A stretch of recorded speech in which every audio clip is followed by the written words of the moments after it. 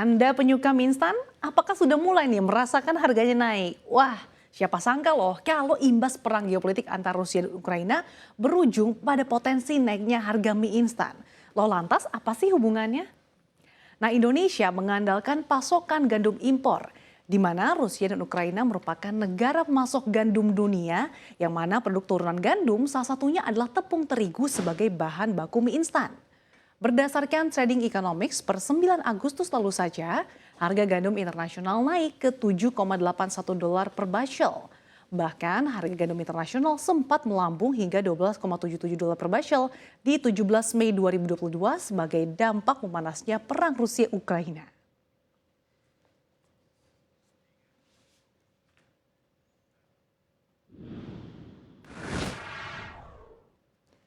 Kita ke informasi berikutnya. Ya, Menteri Ketenagakerjaan Ida Fauziah menyebut banyak perusahaan yang kesulitan memperkerjakan tenaga kerja Indonesia karena kebanyakan dari mereka belum memiliki kemampuan digital yang memadai. Berbicara dalam dialog Economic Update CNBC Indonesia, Ida mengakui bahwa ada potensi bonus demografi yang bisa dimanfaatkan hingga tahun 2030. Namun faktanya masih banyak perusahaan yang kini kesulitan dalam mencari para pekerja domestik.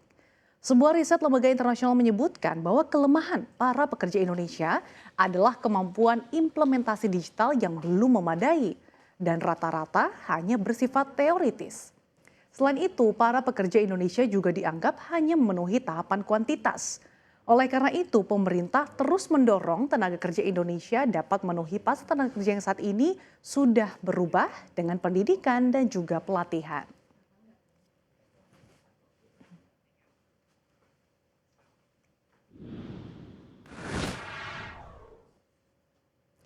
Di informasi berikutnya dari internasional, Presiden Rusia Vladimir Putin disebut akan meluncurkan serangan nuklir ke Ukraina pada musim semi 2023 mendatang. Jika hal ini benar dilakukan, maka akan menjadi pertama kalinya senjata nuklir kembali digunakan dalam 77 tahun terakhir sejak Hiroshima dan Nagasaki dibom oleh Amerika Serikat. Prediksi ini disampaikan mantan Komandan Angkatan Darat Inggris, Sir Richard Barons.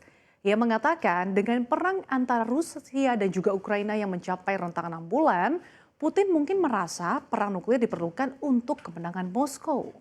Barons juga memperingatkan Barat bahwa Putin berpotensi menggunakan senjata nuklir taktis jika ia yakin kemajuannya mengalami stagnasi dalam serangannya ke Ukraina.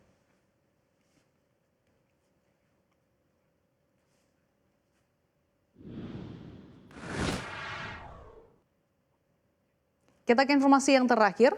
Ya, di tengah banjir parah yang terjadi di Seoul, Korea Selatan sejak malam Senin, Korea Utara dilaporkan malah membuka bendungan yang ada di dekat perbatasan Korea Selatan tanpa memberikan pemberitahuan terlebih dahulu kepada Seoul. Curah hujan deras yang melanda Korea Selatan mencetak rekor tertinggi dalam 80 tahun terakhir, sehingga memicu banjir parah. Seorang pejabat Kementerian Unifikasi Korea Selatan mengatakan, Korea Utara berulang kali membuka dan menutup pintu air di bendungan Hwanggang. Padahal di bawah perjanjian yang ditandatangani pada Oktober 2009 lalu, Korea Utara seharusnya memberitahu Korea Selatan terlebih dahulu soal rencananya melepaskan air bendungan tersebut. Pada 28 Juni lalu, Kementerian Unifikasi mengajukan permintaan publik kepada Korea Utara untuk memberitahu Korea Selatan terlebih dahulu jika negara tersebut melepaskan air bendungan sembari menyebut soal potensi kerusakan yang bisa terjadi di wilayah Korea Selatan. Namun permintaan itu tidak direspons oleh otoritas Korea Utara.